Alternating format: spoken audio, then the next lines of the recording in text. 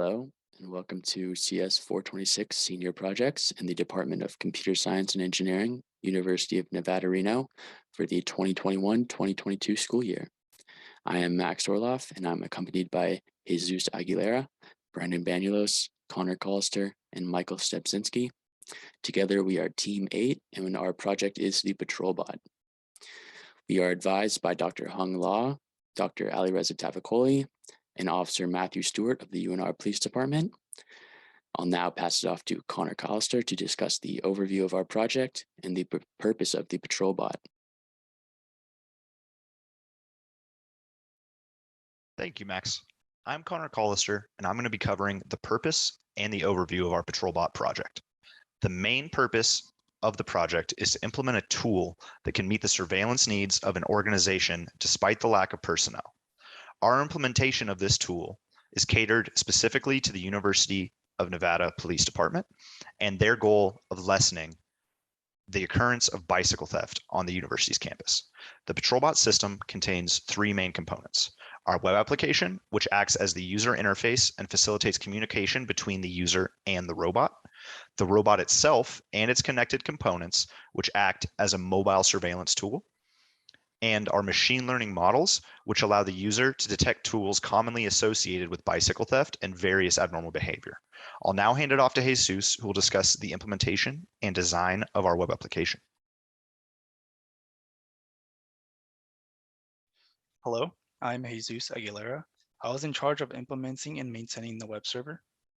The web server serves as the central dashboard for all integrated subsystems. It was built using the Django, a Python-based web framework, and published with AWS Elastic Beanstalk and Amazon Web Services for deploying and scaling web applications. The web server was designed and customized with Bootstrap.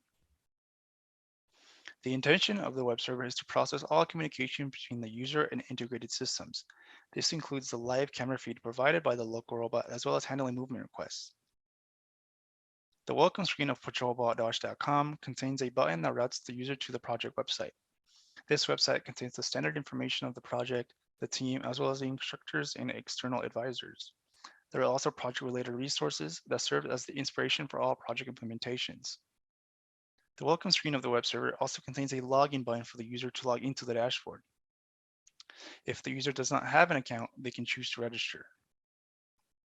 The login, logout, and account registration functionality was implemented with the Django's built-in user authentication system, which handles user accounts as well as all user sessions. Upon the registration page, there are specific constraints for the username as well as the password. The landing page after a successful login from the user consists of a side navigation bar and a gridded dashboard layout. The top bar holds the request log functionality. This user can choose between the objects detected or potential security threats, and it downloads a corresponding CSV file.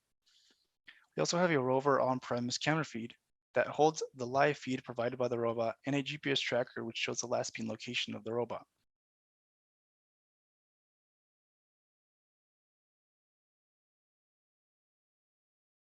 The bottom bar holds all manual traversal options for the on-field robot.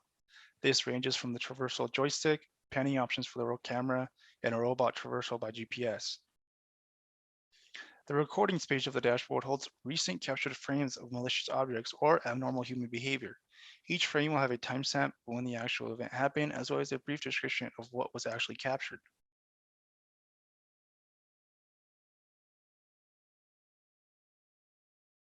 The settings page of the dashboard consists of user options. There is an option for the user to change the appearance of the dashboard, prompting the user to change between light or dark theme, and another option to change the user email for email-based notifications.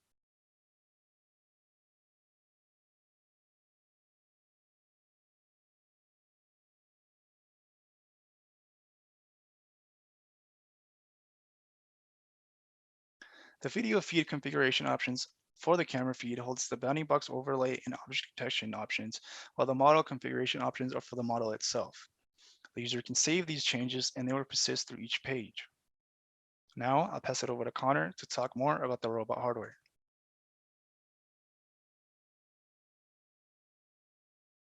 Thank you, Jesus. Hello again. Just to remind you, I'm Connor Callister, and I was in charge of the hardware component selection and integration for the PatrolBot system.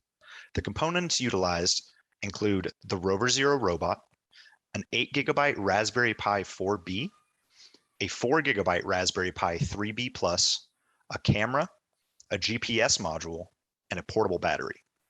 The Rover Zero is a ready-built robot system complete with an internal lithium-ion battery, a dual 100 amp differential drive system, wheel encoders, and a ROS1 enabled CPU. The Raspberry Pi 4B 8 GB acts as the robot controller by facilitating communication between our web application and the Rover Zero CPU. The Raspberry Pi 3B plus 4 GB provides the web application the live camera feed from the robot by acting as the camera controller. The camera we used is the Pi Camera V2, which is designed specifically for the Pi's firmware. Our robot localization capabilities spring from our use of the Stemidu VK172 GPS dongle, which is connected to the robot controller. This allows the user to ping the robot's location with minimal error. Both Raspberry Pis are powered by our portable battery, the 10,000 milliamp hour Charmcast. This allows the PatrolBot to maintain remote mobility for upwards of 8 hours at a time. All of these discussed components are physically attached and placed on the Rover Zero, and together make up the mobile surveillance system that is the PatrolBot. Next up is Michael Stepzinski to discuss the robot software.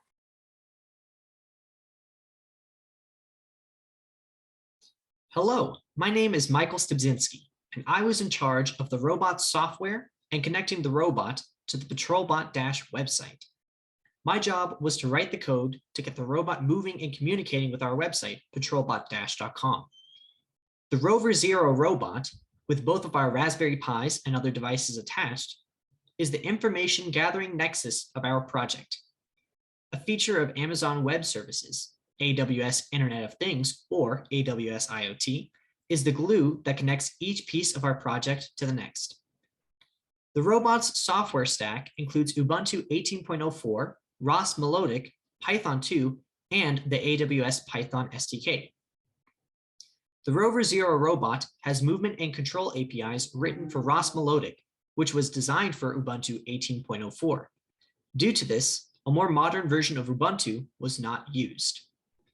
The Rover Zero API is also written in Python 2, which was end-of-lifed in 2020, and the API is not compatible with Python 3, requiring more legacy software on our modern robot. Using these tools, I wrote a Python 2-based software interface to abstract away the processes needed to move the robot once communication is received from AWS IoT.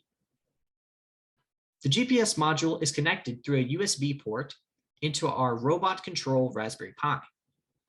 Through the power of the universal serial bus and Ubuntu's built-in drivers, the GPS module sends a plethora of information to the robot. Out of this plethora, the latitude and longitude data are extracted and sent to the PatrolBot server through AWS IoT. AWS IoT is powered through MQTT, a standard messaging protocol for IoT devices. Through MQTT, IoT devices can publish messages to certain topics and subscribe to others. A broker server listens for new subscribers and publishers to topics. A subscriber gets information from the broker, whereas a publisher gives information to the broker. Once one device subscribes to a topic and another device publishes to that same topic, the broker passes that message from the publisher to the subscriber. This allows the robot to publish GPS data to the server and subscribe to movement commands from the server. Using these software tools, our robot can receive movement commands from the website, execute these commands and perform other necessary processing tasks on site, then send location data back to the website. Thank you, Michael. Hello, everyone. I am Brandon Banuelos. I worked on getting the camera feed working with the Raspberry Pi and sending it to the web server for processing. The Raspberry Pi 3B with the attached camera modules using the AWS Kinesis SDK to send frames to Amazon servers. This method allows us to stream and access the stream from anywhere without worry for firewall obstruction. This stream is attached to credentials and a name to add security. And with these details, Django is able to find the HLS or HTTP live streaming URL for the stream. This stream can be passed into OpenCV for processing with both models. The dashboard makes use of this process by checking if the stream is active every time it refreshes. If it is active, the feed will begin and models will begin their processing. I will now pass it over to Max to talk a bit about the object detection model.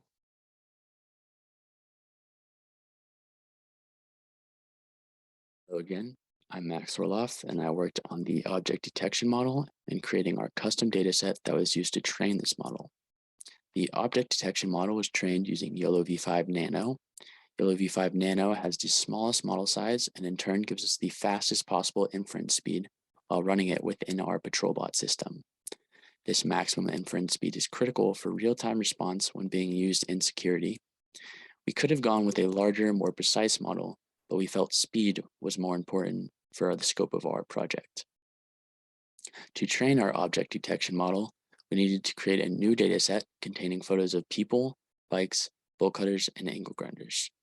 There's a surplus of photos online with bikes and people, but this is the opposite for bolt cutters and angle grinders. To make up for this, we took our own photos and generated a dataset using RoboFlow, a computer vision developer framework, and its tools. RoboFlow stored all of our images. We then labeled all of these images by hand. And finally, we used RoboFlow's image augmentation tools to generate a more robust dataset so we could effectively train our model. Overall, our total dataset contained around 3,000 images, which were split 70% for training, 20% for validation, and 10% for testing. Once our dataset was created, we used Google Colab to train the model and then integrated that model into the PatrolBot system using PyTorch and OpenCV to effectively detect people, bikes, bolt cutters, and angle grinders that showed up in the camera feed from the robot. We can use this camera feed that comes from the robot by using OpenCV to grab the video feed from our web page and then split this video feed up frame by frame to then pass into our model. PyTorch allows us to load our custom model with our pre-trained weights to then run using these frames as input and return the coordinates of bounding boxes that surround any objects of interest within the frame along with the object's label. These frames are then sent back to the web page to be displayed with their labeled objects if the model settings are set to do so. That's it for object detection, and I'll now pass it off to Brandon to discuss the action detection model and our threat algorithm. Thank you. Thank you, Max. Hello again. I am Brandon Banuelos. I worked on the action detection. The action detection model uses an inflated 3D convolutional neural network. The goal for the model was to add another feature to assist in the patrolling of bike racks. This model is meant to add further context for whether attention is needed for something such as bike theft or fighting. This model was trained on a data set of aggressive and normal crowd behavior. Our training data consisted of different MP4 files with fighting videos for aggressive behavior and crowd walking videos for normal behavior. The model runs simultaneously as an object detection model in a separate thread receiving the same camera data. Once the model takes in 70 frames from our camera stream, it determines whether or not those frames contain normal or abnormal behavior. If the output is abnormal, the user is notified that aggressive behavior is being detected by the robot with an associated confidence level through the security logs output.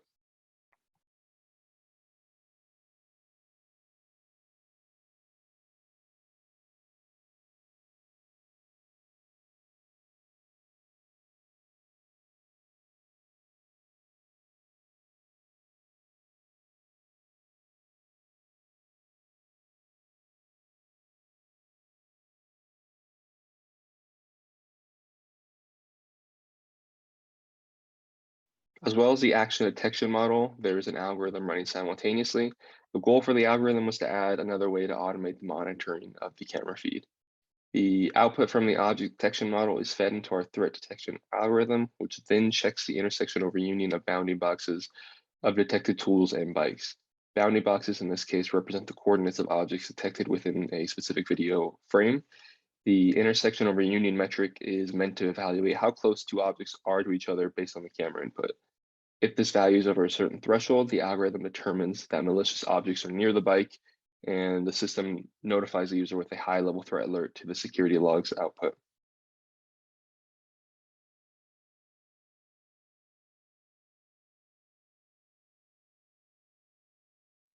This project was made for CS 426 Senior Projects in Computer Science by Team 8. Again, we are PatrolBot, and we thank you for taking the time to watch our demonstration.